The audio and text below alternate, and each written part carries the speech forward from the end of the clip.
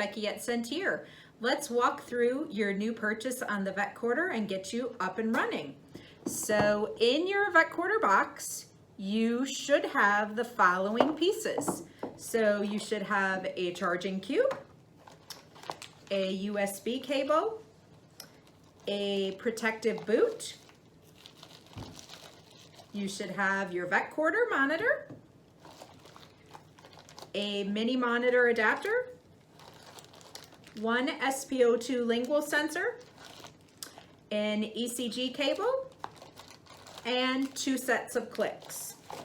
Now there also should be a quick start guide and a reminder to register your warranty on our website, which is www.sentierconnect.com.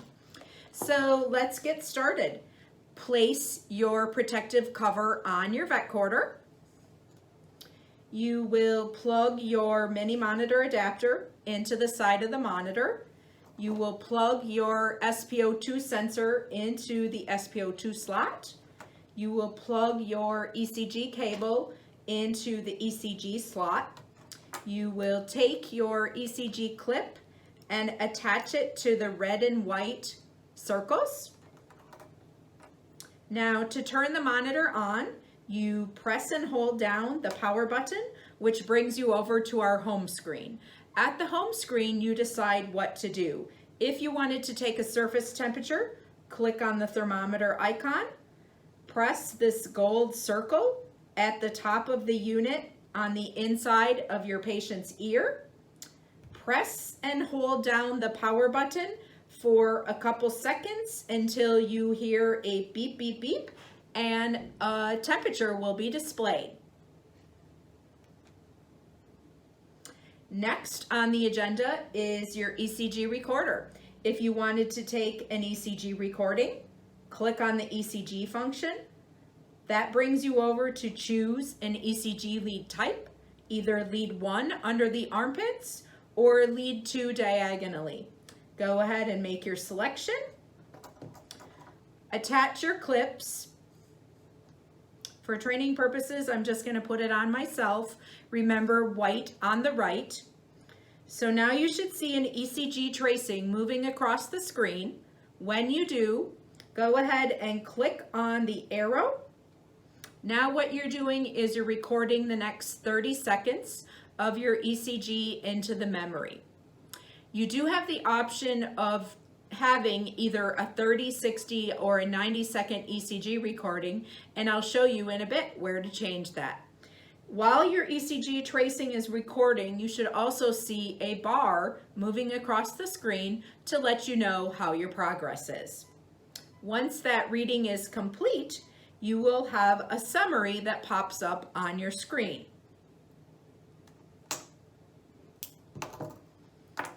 And here's your summary. Now what you can do is, if you wanted to take an SpO2 reading, you would make sure that you attach your sensor. Your lingual sensor can be used on the lip, on the tongue, on the prepuce, on the vulva, in between the toes, or on the paw. So it really depends on where you're working as to where you can put the sensor on your patient. Go ahead and click SpO2 reading. Attach your sensor. You should see a red light, which means that it is receiving a signal from your sensor to your Vetcorder. And you should see a pleth waveform moving across the screen. In addition, you will see your SpO2 percentage, a heart rate, and then you'll see another bar that's bouncing up and down, and that is in relationship to your perfusion index. The perfusion index deals with fluid movement under the skin. The higher your number, the better perfused your area is, and this can help you in determining the best sensor placement. If you wanted to take a recording again, you would go ahead and press on the arrow, and that would take a 30-second recording of your SpO2. If you want to hit your orange button and get back to the home screen, probably the area where you're going to use it the most is in your monitor vitals.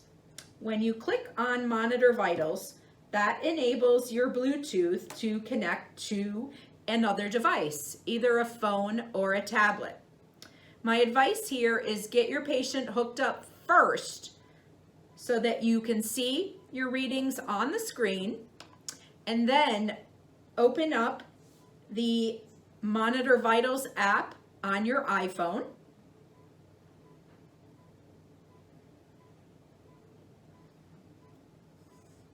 And now you see a mirror display of what's happening on your Vetcorder on your iPhone.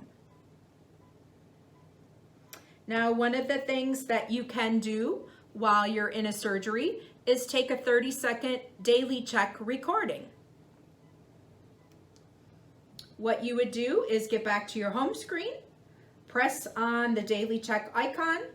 That brings you over to Choose a Pet, where you would either select Guest or you would enter the name of the patient. For ease of use, we're going to select Guest.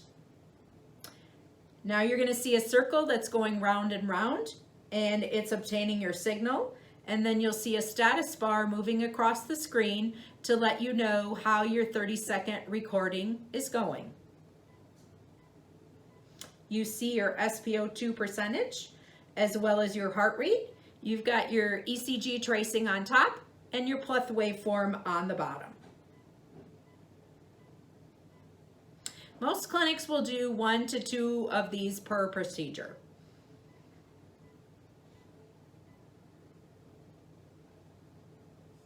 Once I have my reading, I will pull my mini monitor adapter straight out of the unit. I will depress on the ECG sensors and the clip and remove that from the patient.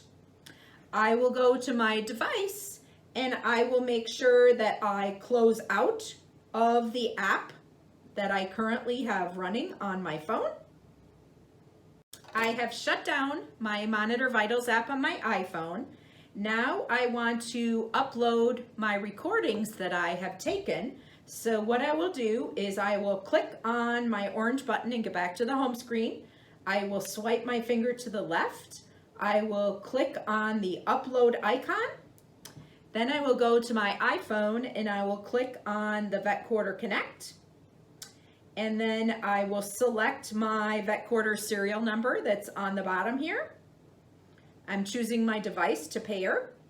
Now it's popping over to my daily check that I just took, and I will select my arrow. There's my daily check. And now I'm going to click on the box with the arrow in the upper right-hand corner. I am going to share. And then I'm going to select my Gmail.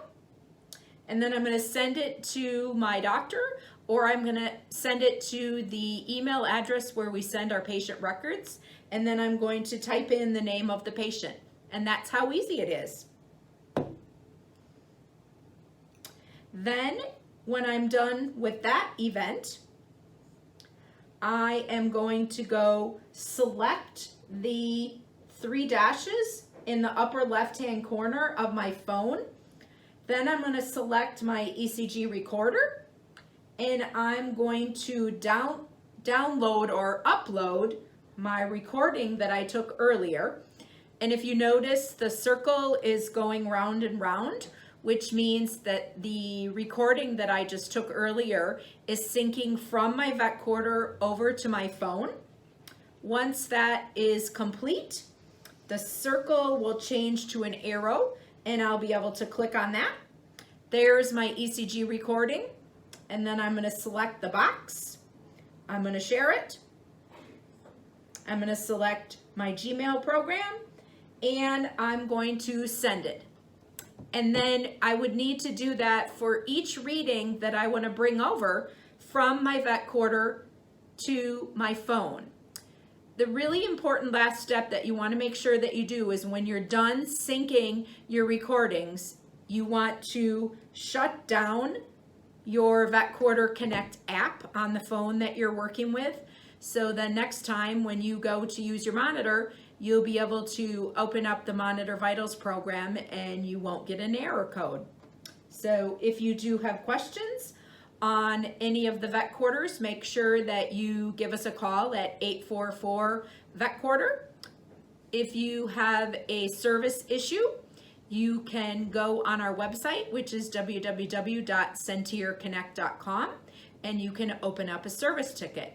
The other thing that I will cover on your menu with the Vetcorder is from the home screen. If you want to swipe your finger to the left, this will get you to page 2. So we don't work with the pedometer, we don't work with the reminder, and we don't work with the sleep function. Those were items that were on the human version before we reconfigured it for veterinary use. What you will use on this page is the upload, only when you're done with your procedures and you're not connected to a patient anymore. You will use the review if you want to find a recording and view it, or you will use your settings menu. If you click on the settings, this will take you over to general. If you click on that, you can change your date and time if you needed to change it for another time zone. You can click on your ECG length. Here you can select either 30, 60, or 90 seconds, whatever you wish your recording time to be on your ECG. Hit yes. Underneath that is your ECG bandwidth. You can either have it at normal or wide. If you're working on a little animal and you're not really happy with the ECG that you're seeing, you can switch it over to wide mode. Sometimes this will help you get a better reading and sometimes it won't. Then if you want to hit the X, that will get you back to the screen that says general and volume. The first time that you click on volume, it will take away the sound. Then if you touch it 1, 2, or 3 times, this is how you change your volume. Underneath that is your temperature. You can either have it at Celsius or Fahrenheit. When you arrow down to the second page, make sure that the Bluetooth icon is on the right-hand position. This means that your Bluetooth is turned on.